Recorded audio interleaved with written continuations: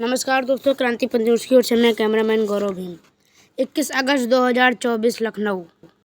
अनुसूचित जाति एवं अनुसूचित जनजाति के आरक्षण में वर्गीकरण तथा क्रीमी लेयर लागू करने के सर्वोच्च न्यायालय के निर्णय के खिलाफ आरक्षण समर्थकों के आज भारत बंद के समर्थन में कलेक्ट्रेट लखनऊ से आरक्षण को संविधान की नवी अनुसूची में शामिल करने, संसद द्वारा कानून बनाकर सर्वोच्च न्यायालय के निर्णय को निष्प्रभावी करने, अभियान चलाकर आरक्षण कोटा पूरा करने, जाति जनगणना करने, कॉलोजियम को समाप्त करके न्यायाधीशों की नियुक्ति प्रतियोगी परीक्षा के माध्यम से कराने, संविधान विरोधी निर्णय देने वाले न्यायाधीशों पर महाअभियोग चलाने की मांग को लेकर कलेक्ट्रेट लखनऊ से परिवर्तन चौक तक सामाजिक न्याय महासभा के अध्यक्ष रमाशंकर भीम एडवोकेट के नेतृत्व में कई सामाजिक संगठनों ने पैदल मार्च निकालकर राष्ट्रपति महोदया को ज्ञापन भेजा। परिवर्तन चौक लखनऊ पर आंदोलनकारियों को संबोधित करते हुए उत्तर प्रदेशी पारसी जागृति मंडल के अध्यक्ष रामकृपाल एडवोकेट ने कहा कि ब्रिटिश हुकूमत से अछूतों को मिले 2 वोट के अधिकार के खिलाफ आमरण अनशन करने वाले महात्मा गांधी जी को बाबा साहब डॉक्टर भीमराव अंबेडकर द्वारा प्राणदान देने की एवज में भारतीय संविधान द्वारा प्राप्त आरक्षण अछूतों का जन्म सिद्ध अधिकार है। आरक्षण समर्थक अधिवक्ता कल्याणकारी समिति के अध्यक्ष कन्हैयालाल गौतम एडवोकेट ने कहा कि जब तक भारत सरकार द्वारा संसद में कानून बनाकर सर्वोच्च न्यायालय के आरक्षण विरोधी निर्णय को निष्प्रभावी नहीं कर दिया जाता, तब तक क्रमबद्ध आंदोलन वक्त की आवश्यकता है। संविधान संरक्षण संघ के अध्यक्ष श्याम कुमार वर्मा ने कहा, न्यायपालिका के माध्यम से संविधान को मिटाने और नागरिकों के अधिकारों का हनन की साजिश को बर्दाश्त नहीं किया जाएगा। प्रदर्शनकारियों को बहुजन क्रांति संघ के अध्यक्ष डॉक्टर मोहनलाल रावत, डॉक्टर अंबेडकर पारसी कल्याण समिति के अध्यक्ष आर.डी. रावत निर्मोही, सामाजिक चेतना महासभा के अध्यक्ष रामफेर निराला, मजदूर किसान कल्याण समिति के अध्यक्ष जी.एल. भारती आदि लोगों ने संबोधित किया। कार्यक्रम में Syed Mashkoor Alam advocate, Amrish Kumar advocate, Girendra Pal Singh advocate, Maina Rawat advocate, Sanjay Kumar advocate, Savita Gautam advocate, Garima Bhim advocate, Pawan Kumar, Sukhdev Prasad Yadav, Jageshwar Prasad, Mansaram, Kuldeep Kumar, Basant Lal Rawat, Lal Bihari, Kaushalya Chandraraj Rawat, Manoj Kumar Rawat advocate, Sandeep Rawat advocate, Komal Rawat, R D. Gautam advocate, Lakshmi Prasad Rawat, Om Prakash Diwakar, Ramesh Kumar, Yashwant Kumar, Sahabdeen Rawat, Dilip Rawat, Ramashray Rawat, Ram सहाय वर्मा एडवोकेट, टी.पी. रावत, बसंत लाल रावत, कैलाश चंद्र भीम आदि आरक्षण समर्थक सैकड़ों लोगों ने प्रमुख रूप से भाग लिया। पेश है कार्यक्रम की कुछ झलकियाँ।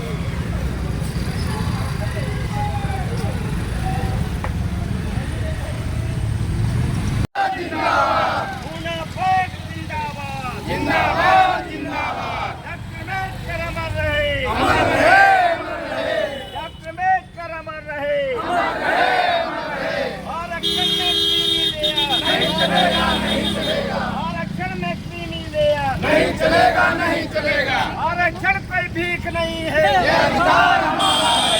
आरक्षण कोई भीख नहीं है, ये अधिकार।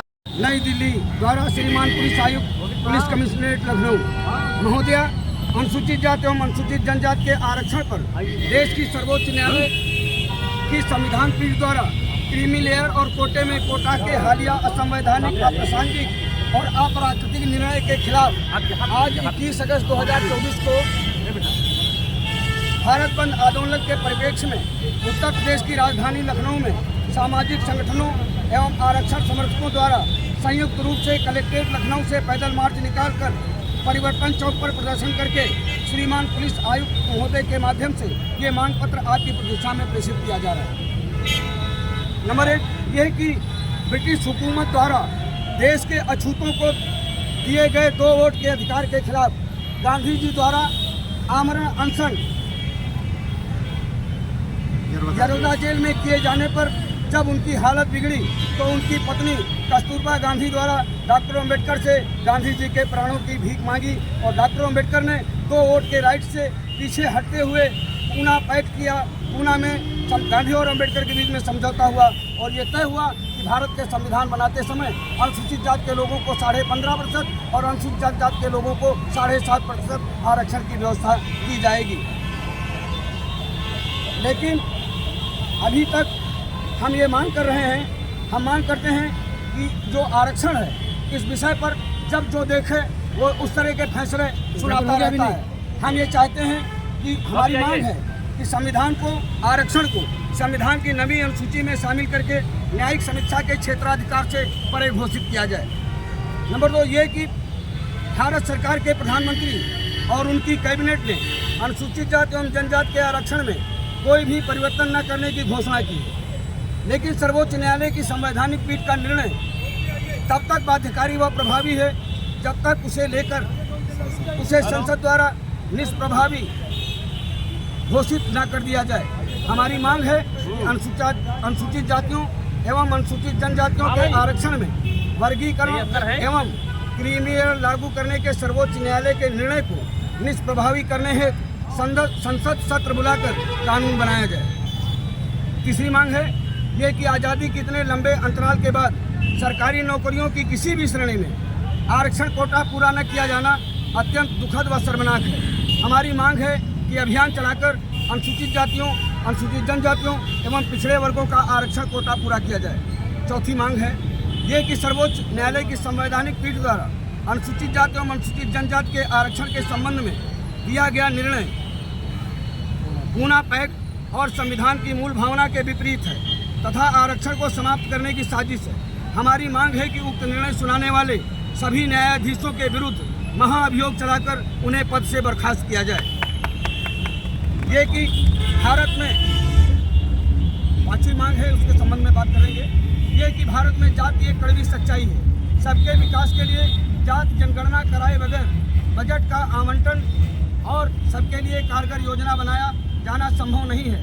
इस हम मांग करते हैं कि सभी की जनगणना में जाति को भी शामिल किया जाए। ये कि उच्चतम न्यायालय और उच्च न्यायालय के जजों की नियुक्ति का कॉलेजियम सिस्टम धोखा है, जजों के परिजनों को ही नियुक्ति मिल रही है। हमारी मांग है कि कॉलेजियम सिस्टम समाप्त करके जजों की नियुक्ति उच्चतर न्यायिक सेवा आयोग गठित करके प्रतियोगी परीक्षा उत्तीर्ण करने पर किया जाए। इस मांग पत्र को सामाजिक न्याय महासभा की ओर से मैं रमाशंकर भीम एडवोकेट, आरक्षण समर्थक अधिवक्ता कल्याण समिति के अध्यक्ष कन्हैयालाल गौतम, उत्तर प्रदेशी पासी जागृत मंडल के अध्यक्ष रामकृपाल एडवोकेट, आरक्षण संविधान संरक्षण संघ के अध्यक्ष श्याम कुमार वर्मा, बहुजन क्रांति संघ के अध्यक्ष डॉक्टर मोहनलाल रावत, सामाजिक चेतना परिषद के अध्यक्ष रामफेर निराला, डॉक्टर अम्बेडकर पासी कल्याण समिति के अध्यक्ष आर.डी. निर्मोही और आरक्षण समर्थक तमाम सारे सैकड़ों लोग यहाँ पर जो उपस्थित हैं, ये मांग पत्र इस आशय से आपको प्रेषित किया जा रहा है कि ये मांग पत्र उचित माध्यम से महामहिम राष्ट्रपति महोदय को प्रेषित किया जाएगा।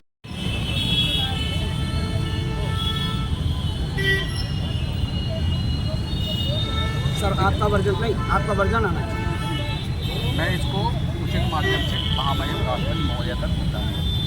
ठीक है।